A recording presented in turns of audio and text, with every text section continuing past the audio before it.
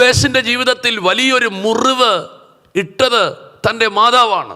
ആ മനുഷ്യൻ അമ്മ എന്നോട് ഇങ്ങനെ പറഞ്ഞു, എൻ്റെ മാതാപിതാക്കൾ ഇങ്ങനെ എനിക്ക് പേരിട്ടു എന്ന് പറഞ്ഞ് പരിതപിച്ച് സങ്കടപ്പെട്ട് വേദനിച്ച് തൻ്റെ ജീവിതം തീർത്തില്ല.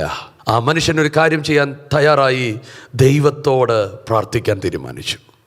പരിശുദ്ധാത്മാവ് ഇന്ന് ശക്തമായി നിങ്ങളോട് പറയുന്നു, നിങ്ങൾക്ക് പ്രതിസന്ധി ഉണ്ടെങ്കിൽ നിങ്ങൾ എന്ത് ചെയ്യാനാണ് തീരുമാനിച്ചിരിക്കുന്നത്? നിങ്ങൾക്കൊരൊറ്റപ്പെടലുണ്ടെങ്കിൽ നിങ്ങൾ എന്ത് ചെയ്യാനാണ് തീരുമാനിച്ചിരിക്കുന്നത്? നിങ്ങളൊരു തകർച്ചയിലൂടെ കടന്നു പോകുന്നുണ്ടെങ്കിൽ നിങ്ങൾ എന്ത് ചെയ്യാനാണ് തീരുമാനിച്ചിരിക്കുന്നത്? ഒരു കുപ്പി വിഷത്തിൽ നിങ്ങളുടെ ജീവിതം തീർക്കാനാണോ? നിരാശയിൽ നിങ്ങളുടെ ജീവിതം തീർക്കുവാനാണോ? തകർച്ചകളിൽ നിങ്ങളുടെ ജീവിതം തീർക്കുവാനാണോ നിങ്ങൾ നിശ്ചയിച്ചിരിക്കുന്നത്? അതോ യബ്ബേസിനെ പോലെ ദൈവത്തോട് പ്രാർത്ഥിക്കാൻ തീരുമാനിച്ചോ?